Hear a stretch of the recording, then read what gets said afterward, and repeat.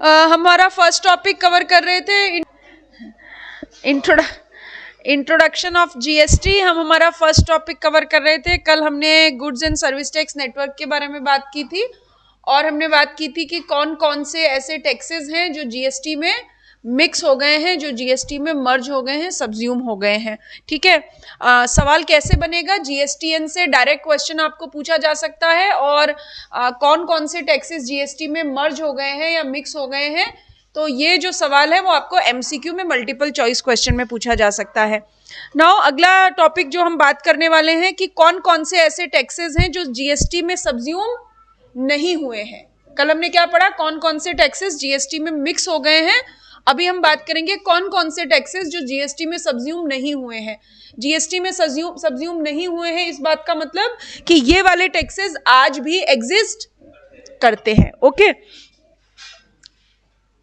Custom duty exist करता है, इसीलिए हम क्या पढ़ने वाले हैं? कस्टम लॉ पढ़ने वाले। हमारे सिलेबस में कस्टम लॉ है क्योंकि हम कस्टम ड्यूटी पढ़ने वाले हैं। ठीक है, research and development cess, government कुछ कुछ सिचुएशन में R&D research and development cess लगाता है। और उस दिन भी हमने बात की थी कि टैक्स और सेस में क्या फर्क होता है? कौन बताएगा क्या फर्क होता है टैक्स और सेस में? जो टैक्स है वो जनरल पर्पस के लिए लगता है, मतलब टैक्स से जो सरकार रेवेन्यू कमाती है वो कहीं पर भी यूज कर सकती है, लेकिन जो सेस से रेवेन्यू कमाती है, हाँ, वो स्पेशल पर्पस के लिए काम में आती है। ठीक है, इसके अलावा एक्सपोर्ट ड्यूटी, कुछ कुछ पर्टिकुलर प्रोडक्ट्स होते हैं जिनके एक्सपोर्ट्स के ऊपर ड्यूटी लगती है, तो एक्सपोर्ट ड्यूटी आज भी एग्जिस्ट करती है। जब हम कस्टम लॉ पढ़ेंगे, ये जिनको मैं मार्क कर रही हूं, ये हम कब पढ़ेंगे? जब हम कस्टम लॉ पढ़ेंगे। Anti dumping duty, again it's a kind of a custom duty. Safeguard duty, again it's a kind of a custom duty. तो ये सब हम जब कस्टम लॉ पढ़ेंगे तब हम पढ़ने वाले हैं। ओके, स्टेट टैक्सेस, कौन कौन से स्टेट टैक्सेस आज भी एग्जिस्ट करते हैं? स्टेट एक्साइज ड्यूटी एग्जिस्ट करती है और किसके ऊपर लगती है? लिकर के ऊपर लगती है, पेट्रोल डीजल के ऊपर स्टेट एक्साइज ड्यूटी लगती है।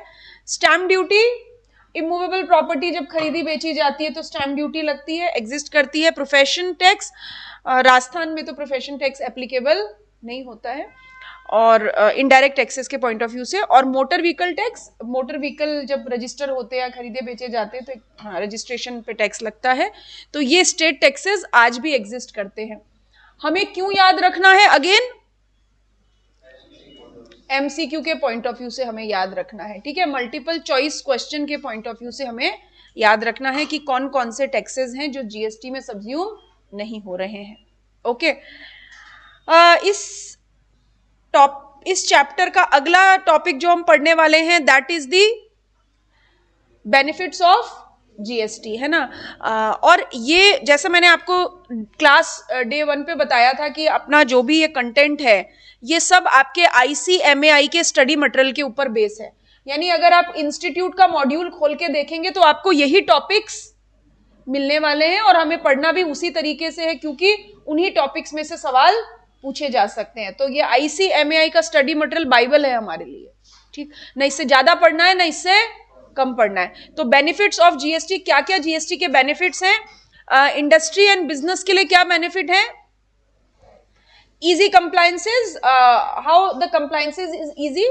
जब जीएसटी नहीं था और मल्टीपल इनडायरेक्ट टैक्सेस लगते थे तो एक्साइज ड्यूटी होती थी। ठीक है, सेंट्रल एक्साइज एक्ट लगा करता था, एक्साइज ड्यूटी लगती थी। सर्विस टैक्स के लिए फाइनेंस एक्ट 1994 लगा करता था, CST लगता था, वेट लगता था। इतने सारे लॉज, इतने सारे टैक्सेशन लॉज हमें और आपको भी पढ़ने पड़ते थे। अब हर टैक्स की लेवेबिलिटी, हर टैक्स का वैल्यूएशन, हर टैक्स की कंप्लायंस, हर टैक्स का रिटर्न भरना पड़ता था। अब क्या हो गया? GST, one nation one tax, तो कंप्लायंस इजी हो गई। एक ही लॉ को कंप्लाई करना है, एक ही लॉ के प्रोविजंस को फॉलो करना है। Okay, uniformity of tax rates and structure. Uniformity मतलब समानता। अभी क्या हो गया है? टैक्स रेट्स की यूनिफॉर्मिटी है। जैसे उस दिन मैंने आपको डेल और लिनोवो का एग्जांपल दिया था कि अगर आप डेल और लिनोवो खरीदने जाएंगे तो आप जीएसटी रेट के बेसिस पे कंपैरिजन नहीं करेंगे क्योंकि आप क्वालिटी देखेंगे, आप कॉस्ट देखेंगे, अदर फीचर्स देखेंगे क्योंकि टैक्स रेट यूनिफॉर्म है। पैन इंडिया बेसिस पे किसी भी स्टेट से खरीदिए, एक गुड्स पे एक ही तरीके का टैक्स रेट आपको मिलेगा। Okay, removal of cascading impact, इस पॉइंट को हम होल्ड कर रहे हैं। जब हम आईटीसी वाला चैप्टर पढ़ेंगे या इनपुट टैक्स क्रेडिट का कंसेप्ट पढ़ेंगे तब हम ये कास्केडिंग इंपैक्ट समझ में आएगा हमको। कास्केडिंग शब्द का मतलब होता है टैक्स ऑन टैक्स, ठीक है। तो जीएसटी आने से टैक्स के ऊपर टैक्स, ये कंसेप्ट खत्म हो गया है। तो जब हम आईटीसी पढ़ेंगे तब हमें समझ में आएगा कि टैक्स के ऊपर टैक्स का क्या कंसेप्ट होता है। तो इस पॉइंट को एक बार मैं कर रही हूं होल्ड। ओके, इंप्रूव्ड कंपिटिटिवनेस, कंपिटिटिवनेस बढ़ गई। कंपिटिटिवनेस कैसे बढ़ गई है? अभी डेल को मार्केट कैप्चर करना है या लिनोवो को मार्केट कैप्चर करना है, दोनों को क्या चीजें देखनी पड़ेगी कि अच्छे फीचर्स हो और कॉस्ट कम हो। तो दोनों कंपनीज अपनी क्वालिटी पे फोकस करेंगी क्योंकि टैक्स रेट के बेसिस पे तो कोई फर्क नहीं है। तो कस्टमर को अट्रैक्ट करने के लिए क्या करेंगी? दोनों कंपनियां 100% एफर्ट डालेंगी कि उनकी कॉस्ट कम होनी चाहिए, कंपिटिटिव कॉस्ट होनी चाहिए। आज ऑटोमोबाइल मार्केट में भी तो यही तो होता है ना कि आप, है ना, आप किया लेंगे या आप टाटा की गाड़ी लेंगे या फिर आप मारुति लेंगे या आप होंडा लेंगे, हुंडई लेंगे। किन ये सब पे क्या डिपेंड करता है?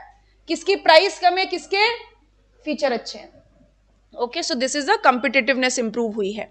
Gain to manufacturer and exporters, government ने जीएसटी, जैसे एक्सपोर्ट्स के ऊपर जीएसटी नहीं लगता, अगर आप एक्सपोर्टर हैं तो एक्सपोर्ट पे जीएसटी नहीं लगता। इससे किसको फायदा हुआ? मैन्युफैक्चरर को और एक्सपोर्टर्स को फायदा हुआ। तो ये सारे बेनिफिट्स हैं जो किसको मिले? बिजनेस एंड इंडस्ट्री को, ठीक है। नाउ अब एग्जाम में क्या होता है, कभी कभी ऐसा क्वेश्चन इस चैप्टर से, क्योंकि मैंने आपको बोला डायरेक्ट क्वेश्चन आते हैं, अभी आ गया कि what are the benefits of the GST for the business and industry, ठीक। तो आपको क्या करना है ना, ये वन लाइन याद रखनी है। अभी याद कैसे रखेंगे? कोई फॉर्मूला होता है? एक ही फॉर्मूला होता है, revise revise revise revise revise and revise, बस, ठीक है। जितना रोज रोज एक ही चीज को पढ़ते जाएंगे उतना दिमाग में जाता जाएगा, ठीक है। बिल्कुल वैसा ही होता है जैसे आप अपने गली के कॉर्नर पे जाते हैं, एक होर्डिंग लगा होता है, ठीक है, बबलू टेलर्स। आप कभी याद करते हैं क्या बबलू टेलर? कभी नहीं याद करते। पर वो कोई आपसे पूछे बबलू टेलर किधर है, बोलते वो मेरे घर के कॉर्नर पे ना होर्डिंग लगा हुआ है, राइट में है, लेफ्ट में। कैसे याद होता है?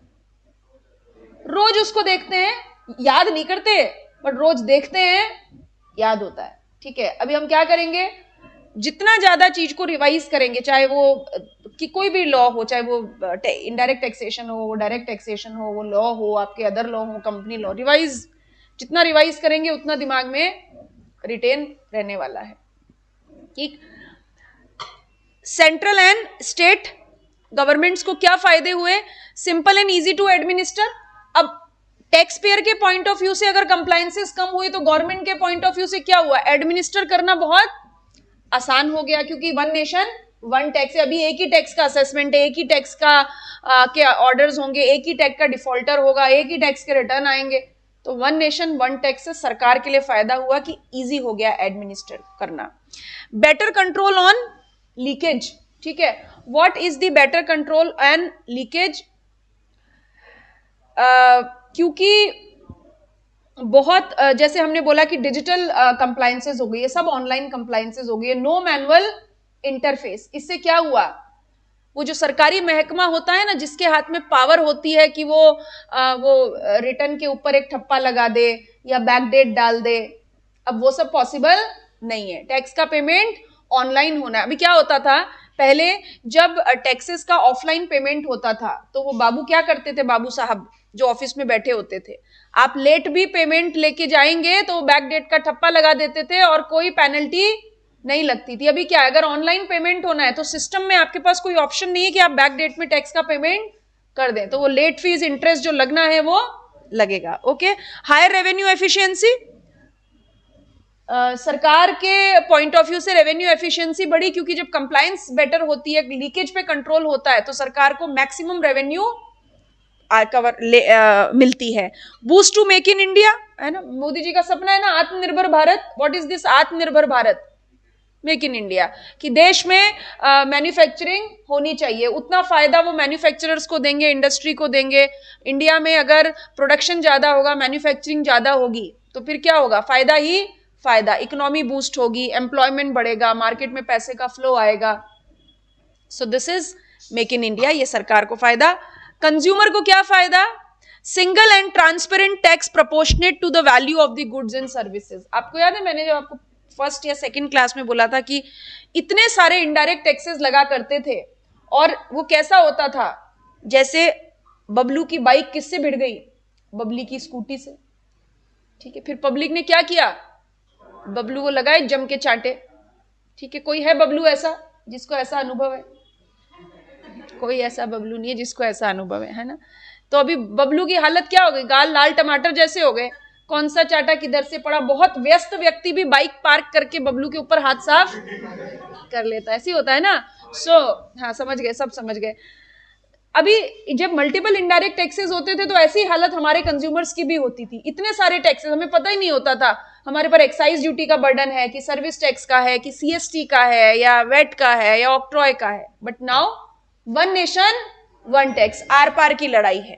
ठीक है, पता है कि एक ही जीएसटी लगने वाला है, हमें बिल में दिखता है कि हमारे ऊपर क्या इनडायरेक्ट टैक्स लग रहा है। Okay, relief in overall tax burden, सरकार ने ऐसा क्लेम किया था कि अगर जीएसटी आएगा तो ओवरऑल टैक्स बर्डन कम हुआ है। एंड अगर मैं बात करूं तो ग्रॉस सेंस में किसी प्रोडक्ट पे प्रोडक्ट की प्राइस कम हुई है, किसी प्रोडक्ट पे बढ़ी है, तो ओवरऑल बराबर, कुछ चीजें महंगी हुई, कुछ चीजें सस्ती हुई। बट सरकार ऐसा क्लेम करती है कि कंज्यूमर्स के लिए ओवरऑल टैक्स बर्डन में रिलीफ आया है। बहुत सारे इनडायरेक्ट टैक्सेस लगा करते थे तो कंज्यूमर्स के लिए चीजें महंगी होती थी, but now one nation one tax, तो comparatively tax burden and consumers पे रिड्यूस हुआ है। ठीक है, ये ए बी सी, इन तीनों में से अगर आपको किसी भी पॉइंट में कुछ कंफ्यूजन हो रहा है, कुछ पूछना चाहते हैं तो आप पूछ सकते हैं।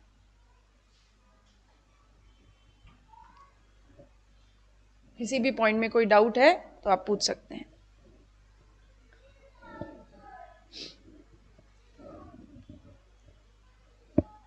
ठीक है, नाउ इस चैप्टर का last topic goods and service tax compensation cess. हाँ जी, बोलिए पार्थ। बी का सेकंड, ये वाला ना? हाँ, so better controls on leakage, जैसे मैंने क्या बोला कि अभी जीएसटी जो है वो जीएसटीएन के थ्रू एक ऐसा आईटी इंफ्रास्ट्रक्चर क्रिएट हो गया है कि आपको सारी कंप्लायंसेस ऑनलाइन करनी है। जब ऑनलाइन कंप्लायंसेस होती है तो मैनुअल इंटरफेस कम हो जाता है, और जब मैनुअल इंटरफेस कम हो जाता है तो मतलब इंसानों वाली चतुराई हम यूज नहीं कर पाते। सो कोई बैकडेट में आप रिटर्न नहीं भर सकते, बैकडेट में टैक्स आप नहीं जमा करा सकते। ठीक है, जब आप रजिस्ट्रेशन करेंगे तो जो सॉफ्टवेयर को बोल दिया कि भाई ये डॉक्यूमेंट अपलोड होने ही चाहिए, तो वो डॉक्यूमेंट अपलोड होंगे तभी आपको रजिस्ट्रेशन नंबर अलॉट होगा। ये सब क्या है? लीकेज के ऊपर बेटर कंट्रोल है। ओके पार्थ? ठीक है,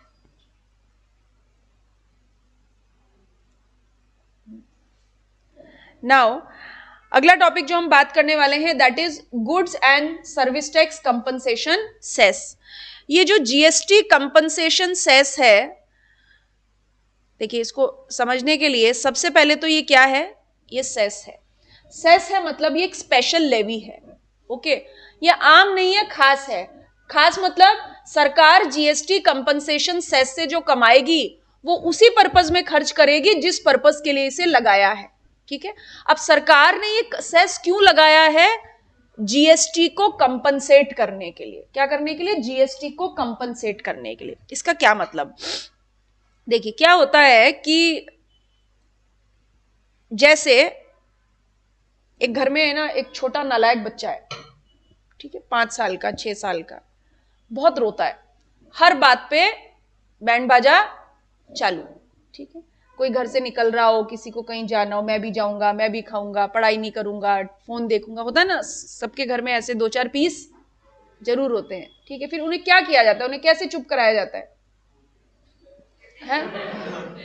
मान लो मम्मी को मौसी के साथ शॉपिंग पे जाना है और उसका बटन चालू हो गया, मैं भी जाऊंगा, मैं भी जाऊंगा, मैं भी जाऊंगा। फिर क्या किया जाता है? 2 तरीके के ट्रीटमेंट होते हैं। हाँ हाँ, या 2 तरीके के ट्रीटमेंट होते हैं, या तो प्यार से या मार से, ठीक है। या तो बाकायदा आरती उतार दी जाएगी इंडियन पेरेंटिंग स्टाइल, ठीक है। या दूसरा क्या है? प्यार से। प्यार से मतलब उसको कुछ चीज दे दी जाएगी, ठीक है ना। कोई टॉफी दे दी जाएगी, लॉलीपॉप, पॉपिंग्स, कुछ भी जो उसको पसंद है वो दे दी जाएगी, और उससे क्या होगा? वो चुप हो जाएगा। चुप होने का मतलब क्या? वो ठीक हो गया? नहीं नहीं नहीं, पॉज बटन लगा है, पॉज बटन लगा है, अगली बार वापस से स्टार्ट होना है, ठीक है। तो ये जो स्टेट गवर्नमेंट्स है ना, ये ऐसा ही छोटा नालायक बच्चा थी जो बार बार रोना शुरू कर देती थी कि अगर जीएसटी आया तो हमारी रेवेन्यू खत्म हो जाएगी। ममता दीदी ने बोला कि हम क्या फिर मोदी जी के सामने ऐसे कटोरा लेके खड़े हो जाएंगे कि हमें पैसा दो, पैसा दो, हमारी सारी कमाई तो सेंट्रल ले जाएगी। इसीलिए ये 1 नेशन 1 टैक्स लाना चाहते हैं, क्योंकि ये स्टेट गवर्नमेंट्स को की रेवेन्यू सोर्सेस खत्म करना चाहते हैं। अब स्टेट गवर्नमेंट्स को मनाने का क्या तरीका था कि स्टेट गवर्नमेंट को पावर दी जाए, ठीक है। स्टेट गवर्नमेंट को पावर कैसे देने के लिए सोचा? Dual GST system. हमने बात की भाई सेंट्रल और स्टेट को बराबर पावर देंगे कि तुम दोनों मिलके जीएसटी से रिलेटेड कानून बना सको या टैक्स लगा सको। बट ये एक्सट्रीम लेवल का नालायक बच्चा है। जैसे होते हैं ना कुछ बच्चे, अगर उनको पता है कि बहुत ही अर्जेंटली बाहर जाना है और बोले अभी तो 2 चॉकलेट भी मिलेगी और आइसक्रीम भी मिलेगी और साथ में 100 रुपए और मिल जाएंगे, तो वो और पिछाई कर लेता है ना। फिर उसको समझाने मनाने के लिए कुछ और भी दे दिया जाता है। तो स्टेट गवर्नमेंट्स के लिए मतलब बोला कि भाई जीएसटी लाने में सबसे बड़ी समस्या क्या थी? स्टेट गवर्नमेंट अपनी कंसेसेस नहीं दे रही थी। इंडिया एक फेडरल कंट्री है, राज्य सरकार, लोकसभा राज्यसभा दोनों में कंसेसेस होनी चाहिए, स्टेट को अपनी स्वीकृति देनी पड़ती है। स्टेट क्योंकि हाँ नहीं कर रहे थे, इसीलिए 101 कॉन्स्टिट्यूशनल अमेंडमेंट एक्ट लाया गया। आर्टिकल 246A को जोड़ा गया। कौन सा वाला आर्टिकल? 246A को जोड़ा गया और कॉन्करेंट पावर दी गई सेंट्रल और स्टेट को कि भाई तुम दोनों मिलके जीएसटी से रिलेटेड कानून बनाओगे और टैक्स लगाओगे। लेकिन स्टिल स्टेट गवर्नमेंट को यह कंसर्न था कि नहीं, फिर भी हमें ऐसा लगता है कि बहुत सारी चीजों के ऊपर फिर भी कंट्रोल तो आप ही का है, हमारी तो रेवेन्यू खत्म हो गई। आपने जो जैसे हमने कल पढ़ा ना कि स्टेट गवर्नमेंट का एंटरटेनमेंट टैक्स खत्म हो गया, ठीक है। अभी यूपी गवर्नमेंट जो स्टेट गवर्नमेंट थी उसने बोला हम तो हर बार कुंभ का मेला लगाते हैं, उस पर हम सारा स्टेट टैक्सेस लगाते हैं, आप तो हमारी रेवेन्यू ले जाओगे क्योंकि आपने तो भाई कानून पास कर दिया कि स्टेट गवर्नमेंट अब एंटरटेनमेंट टैक्स नहीं लगा सकती। तो स्टेट गवर्नमेंट को क्या बोला कि रोना बंद करो, ठीक है, तुमको हम क्या कर देंगे? कंपनसेट कर देंगे, ठीक है। अभी कंपनसेट कैसे कर देंगे? कि जितना तुम्हारा रेवेन्यू लॉस हो रहा है, किस बात से रेवेन्यू लॉस हो रहा है? जीएसटी के आने से जो तुम्हारा रेवेन्यू लॉस हो रहा है, उस रेवेन्यू लॉस को हम कंपनसेट कर देंगे, ठीक है। अब जैसे बोलते हैं ना कि वो मम्मी ने बोला बेटा मैं तुझे किंडर जॉय दूंगी, तो बच्चे ने बोला आपके पास तो किंडर जॉय है ही नहीं, आप मुझे कहां से दोगे? जोर जोर से और रोने लग गया कि बच्चे को पता है मम्मी के पास तो किंडर जॉय है ही नहीं। तो इस बच्चे को पता है कि तुम्हारे तो खुद के पास पैसा नहीं है, तुम हमें कहां से कंपनसेट करोगे हमारे रेवेन्यू लॉस के लिए? तो उनको बोला गया कि तुम चिंता मत करो, ठीक है, पैसा कहां से निकालेंगे? पापा की पॉकेट से, और किंडर जॉय ले आएंगे। तो यहां पैसा कहां से निकलेगा? कंज्यूमर की पॉकेट से। और कंज्यूमर की पॉकेट पे इन्होंने एक और बर्डन डाल दिया, that is what? GST compensation cess. GST compensation cess इस नाम की एक स्पेशल लेवी लगाई गई और बोला कि इस नाम से जो हम पैसा वसूल करेंगे उससे स्टेट गवर्नमेंट के रेवेन्यू लॉस को कंपनसेट किया जाएगा ताकि ये अपनी कंसेसेस दे दे, ठीक है। नाउ ये जो जीएसटी कंपनसेशन सेस है, अगला सवाल क्या? हर भाई कंज्यूमर ने बोला कंज्यूमर के ऊपर जीएसटी कंपनसेशन सेस लगेगा।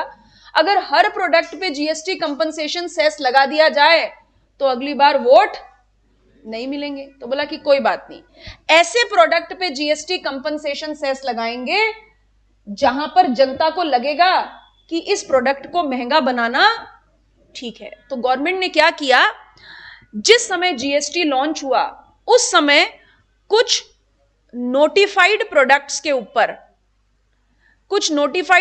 ऊपर क्या लगाया? GST compensation cess. और ये इनिशियल लेवी कितने साल के लिए लगाई गई? 5 साल के लिए, 5 इयर्स के लिए। बोले 5 साल में बच्चा बड़ा हो जाएगा, फिर किंडर जॉय के लिए नहीं रोएगा। तो 5 साल के लिए इनिशियल लेवी लगाई गई, यानी 2017 से 2022 तक लगाया गया 5 साल के लिए।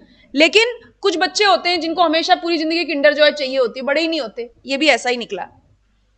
और 2022 में अगेन 5 साल के लिए एक्सटेंड किया गया कि अब 2027 तक जीएसटी कंपनसेशन सेस कंटिन्यू रहेगा। ठीक है, तो अब कानून की भाषा में इसको कैसे लिखा गया? GST compensation cess act 2017 enact किया गया for what purpose? To levy GST compensation cess. Purpose क्या था? For providing compensation to the states for the loss of revenue from 1st July 2017 for 5 years, initially 5 साल के लिए, या फिर as prescribed on the recommendation of GST Council, GST Council, या फिर उस पीरियड के लिए जो GST Council रिकमेंड करेगा। अब 2022 में क्या किया? काउंसिल ने रिकमेंड किया कि कंपनसेशन सेस की लेवी को और एक्सटेंड किया जाना चाहिए। गवर्नमेंट ने नोटिफाई किया और 2022 में और 5 साल के लिए इस लेवी को एक्सटेंड कर दिया गया। बट इनिशियली कितने समय के लिए लगाया गया था? 5 साल के लिए। ठीक है। Cess shall be computed on the value of the taxable supply. ये जो जैसे कहीं होता है ना, कुछ सेस होते हैं जो टैक्स के ऊपर कैलकुलेट होते हैं। ये जो जीएसटी कंपनसेशन सेस है, ये टैक्स पे कैलकुलेट नहीं होगा, ये वैल्यू पे कैलकुलेट होगा। ये वैल्यू पे कैलकुलेट हो गया मतलब अगर किसी प्रोडक्ट की टैक्सेबल वैल्यू 500 रुपए है तो जीएसटी कंपनसेशन सेस किस पे लगेगा? 500 रुपए पे, चीज की वैल्यू पे, गुड्स की वैल्यू पे लगेगा।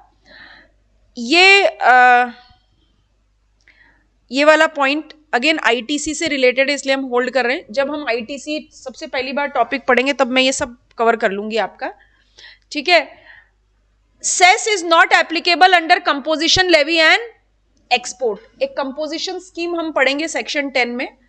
कंपोजिशन डीलर्स के ऊपर और एक्सपोर्ट्स के ऊपर जीएसटी कंपनसेशन सेस एप्लीकेबल नहीं होता। अगर कोई चीज आप एक्सपोर्ट कर रहे हैं तो जीएसटी कंपनसेशन सेस नहीं लगेगा। और अगर कोई व्यक्ति जीएसटी में कंपोजिशन डीलर है, ठीक है, तो भी जीएसटी कंपनसेशन सेस नहीं लगेगा। क्या होता है कंपोजिशन डीलर? पढ़ेंगे। अभी केवल क्या ध्यान रखना है? नाम ध्यान रखना है। सब चीजें धीरे धीरे आ जाएगी। ठीक है, पर एक साथ ऐसा ओवरलोड हो जाएगा तो बस क्या, हाँ कि नहीं दिखा, मैं बताती हूँ क्यों नहीं दिखा, अभी आप देखेंगे समझ में आएगा आपको। ठीक है, देखिए, कभी पान मसाला खाया है? इसीलिए नहीं पता लगा कि जीएसटी कंपनसेशन सेस लगता है। ओके, सो मैंने अभी क्या बोला? जीएसटी कंपनसेशन सेस ना नोटिफाइड गुड्स पे लगता है। लाइक पान मसाला, वो देखा है रजनीगंधा, ये तो शॉप की बात है, देखा है ना? हाँ, तो पान मसाला के ऊपर जीएसटी कंपनसेशन सेस लगता है। ओके, अब कभी आप अगर पान मसाला का डब्बा देखेंगे या पैकेट देखेंगे, उसके ऊपर लिखा होता है इंक्लूसिव ऑफ ऑल टैक्सेस, या लिखा होगा इंक्लूडिंग जीएसटी कंपनसेशन सेस। ठीक है, विष्णु को पता है, विष्णु बताएंगे आपको कि है ना। Okay, tobacco and tobacco product, वो विमल, चैनी खैनी, ठीक है, विमल, रजनीगंधी, दिलबाग, और कौन कौन से होते हैं? बहुत तरह के होते हैं ना, तानसेन। तो ये सब क्या है? टबैको एंड टबैको प्रोडक्ट्स हैं, टबैको सब्सटीट्यूट्स हैं जो पुड़िया में आते हैं। ठीक है, दुनिया इधर की उधर हो जाए लेकिन पुड़िया खाने वाले को दुनिया इधर की उधर हो जाए लेकिन पुड़िया खाने वाले को कोई फर्क नहीं पड़ता। ठीक है, देखा ना वो कोविड में खाने को खाना नहीं है, 50 रुपए की हो गई। ठीक है, सिगरेट्स एंड सिगार, है ना? क्या फर्क होता है सिगरेट और सिगार में? हाँ, सिगार मोटी वाली होती है, सिगरेट पतली वाली होती है। वो सिगार, वो देखा एक डायलॉग आता था मोना डार्लिंग वाला, है ना? वो सिगार, मोटी वाली सिगार होती है। हाई प्रोफाइल लोग सिगार पीते हैं। ठीक है, so, ये सब चीजें ऐसी है। अभी देखिए क्या है लॉजिक, क्या है? ये ऐसे प्रोडक्ट हैं जिनके कंजप्शन को गवर्नमेंट रिस्ट्रिक्ट करना चाहती है, ठीक है। अभी मुकेश हराने तो बार बार आ जाता है, लेकिन फिर भी किसी को थोड़ी समझ में आता है गुटखा नहीं खाना है। जानते मुकेश हराने को? नहीं जानते? केशव नहीं जानते मुकेश हराने? हर मूवी के पहले आता है ना। हाँ, तो ये ऐसे प्रोडक्ट हैं जिनको सरकार अगर आपको बोल के रिस्ट्रिक्ट करवाना चाहेगी तो नहीं करेंगे। तो सरकार क्या बोलती है, लातों के भूत बातों से नहीं मानते, और प्रोडक्ट को क्या कर देती है, महंगा कर देती है। महंगा कैसे करेगी? देखिए, कंपनीज अपनी प्राइस नहीं बढ़ा रही, नहीं तो आप तानसेन की जगह दिलबाग खाएंगे, नहीं तो विमल खाएंगे। वो कॉम्पिटिटिव प्राइसेस हैं। प्राइसेस कैसे बढ़ा रही है सरकार? जीएसटी कंपनसेशन सेस के थ्रू। कोल एंड लिग्नाइट, अब इनके ऊपर क्या जरूरत है लगाने की? कोल समझते हैं कोयला, साइंस में कभी पढ़ा होगा, धरती पे प्रलय आई थी, सब नीचे दब गए थे तो कोयला बना था। This is a natural resource, ठीक है। आज पावर बनने के दो ही सोर्सेज हैं, या तो हाइड्रो पावर होगी या कोल से पावर बनेगी, ठीक है। अगर पानी वैसे ही कम है, तीन तरफ तो समुद्र है, पानी तो वैसे ही कम है, अगर पानी से बिजली बनेगी तो भी नुकसान है, रिसोर्स नहीं है हमारे पास। और कोयला भी नेचुरल रिसोर्स है। अब हम आप थोड़ी चाहते हैं दोबारा प्रलय आ जाए और सब नीचे दब जाए, दोबारा कोयला बने।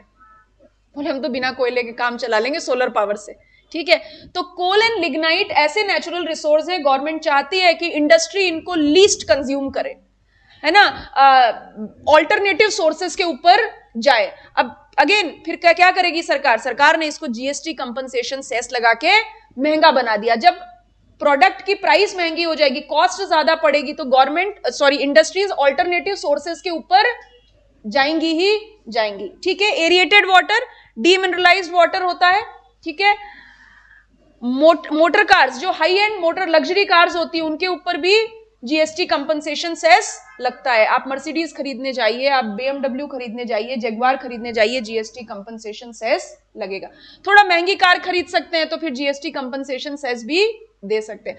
अब आप देखिए, अब भरत आप देखिए, ये ऐसे प्रोडक्ट हैं जो हमारे रोजमर्रा की जिंदगी में काम नहीं आते, ठीक है। इसीलिए इन चीजों के ऊपर जीएसटी कंपनसेशन सेस लगता है। इसमें alcoholic liquor for human consumption को शामिल क्यों नहीं किया गया?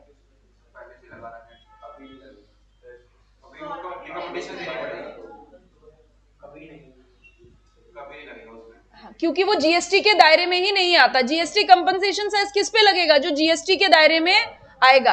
Alcoholic liquor for human consumption GST के दायरे में नहीं आता, इसीलिए उस पे जीएसटी कंपनसेशन सेस भी नहीं लगता, ठीक है। नाउ अब हाँ बोलो। हाँ, शायद नहीं, स्टेट के पास ही जाती है, स्टेट के पास ही जाती है। स्टेट एक्साइज और स्टेट वेट लगते हैं, जो पहले लगा करते थे वही अभी लगते हैं। और स्टेट गवर्नमेंट के पास पावर है, टैक्स रेट्स ज्यादा कर सकती है। हाँ, मिनिमम प्राइस डिक्लेयर कर सकते हैं, बहुत सारे पावर्स होते हैं। स्टेट गवर्नमेंट की रेवेन्यू है सारी लिकर के ऊपर, ठीक है।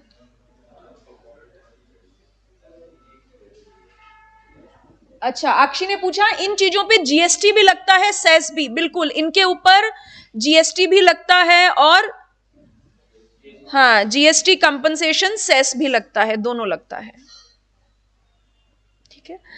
अभी कंपनसेशन सेस का पर्पस क्या है? स्टेट की रेवेन्यू लॉस को कंपनसेट करना। तो लगता भी कैसे, मतलब कितना कंपनसेशन सेस लगाएंगे? बोला कि जितना किसी फाइनेंशियल, अगर जीएसटी ना आता तो उस स्टेट गवर्नमेंट को कितनी रेवेन्यू होती, एक्चुअल में कितनी रेवेन्यू हुई, और बैलेंस क्या रहा, लॉस। कितना कंपनसेशन दे? उतना ही दे कि जीएसटी ना आने से कितनी रेवेन्यू कमाते, जीएसटी आने से एक्चुअल रेवेन्यू कितनी कमाई, और जो बैलेंस रहा वो उनका लॉस है, और उतना उनको कंपनसेशन मिल जाएगा, ठीक है। नहीं, इन्फ्लेशन तो नहीं जोड़ते, हाँ नहीं, ऐसा इन्फ्लेशन का कोई कंसेप्ट नहीं। लगता कितना है? हर प्रोडक्ट के ऊपर अलग अलग रेट्स है। जैसे टबैको के ऊपर 40% जीएसटी कंपनसेशन सेस लगता है, कोल एंड लिग्नाइट के ऊपर पर टन जीएसटी कंपनसेशन, अलग अलग रेट है। बट क्योंकि वो स्टडी मटेरियल में रेट नहीं दे रखी है, इसीलिए हम उसे नहीं पढ़ रहे, ठीक है। जितनी मर्जी लगाएं, हमें क्या करना, हमें तो अभी अपना इंटर का एग्जाम क्रैक करना है। सबके ऊपर रेट नोटिफाइड है, लेकिन क्योंकि स्टडी मटेरियल में नहीं है, इसीलिए हम वो नहीं पढ़ रहे। इस जीएसटी कंपनसेशन सेस वाले टॉपिक में कोई आपको समस्या है तो बोलो।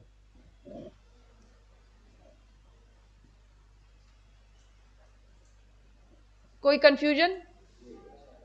सबको समझ में आया? मैं ना इनका नाम भूल गई, नाम, हाँ दीपाली। दीपाली समझ में आ रहा है क्या चल रहा है? आपका ग्रेजुएशन हो गया, फाउंडेशन से है? ग्रेजुएशन हो गया, ठीक है, ओके। कितने लोग हैं जिनका ग्रेजुएशन हो चुका है यहाँ पे? आप युक्ति का तो फाइनल ईयर है ना? केवल आयुषी का ही हुआ है? आक्षी का भी हो गया, हाँ आक्षी का हो गया, ओके ठीक है। तो देखिए ये हमने फर्स्ट टॉपिक खत्म किया है, इंट्रोडक्शन वाला। अब आपको करना क्या है, कल क्या है? हाँ वो सुने, आज रविवार है, चूहे को बुखार है। सुनिए कविता, सुनिए, नहीं सुनिए आपने? ठीक है, तो कल संडे है आपके। अच्छा ग्रुप में ये पीडीएफ सबके पास है? नहीं ग्रुप में पीडीएफ नहीं है, ठीक है, तो अभी ये ग्रुप में पीडीएफ शेयर कर देंगे। कल संडे है, ये इंट्रोडक्शन वाला टॉपिक सब रिवाइज करेंगे और मंडे को क्या करेंगे? अरे टेस्ट नहीं अभी, कोई नहीं, ये ऐसे भावनाओं में आगे रिवाइज करेंगे। और नहीं मंडे को रिवाइज नहीं करेंगे, मंडे को हम बूस्टर बुक के क्वेश्चन करेंगे, प्रीवियस एग्जाम्स के क्वेश्चंस करेंगे जो इस टॉपिक में से आए हुए हैं, ताकि आपको लगे कि इतनी दिन से ये कथा मैं क्यों सुना रही हूं आपको, ठीक है। तो जब वेटेज समझ में आएगा तो फिर हाँ दिमाग में चीजें फिक्स होगी। तो रिवाइज करके आएंगे सब, पक्का? प्रॉमिस?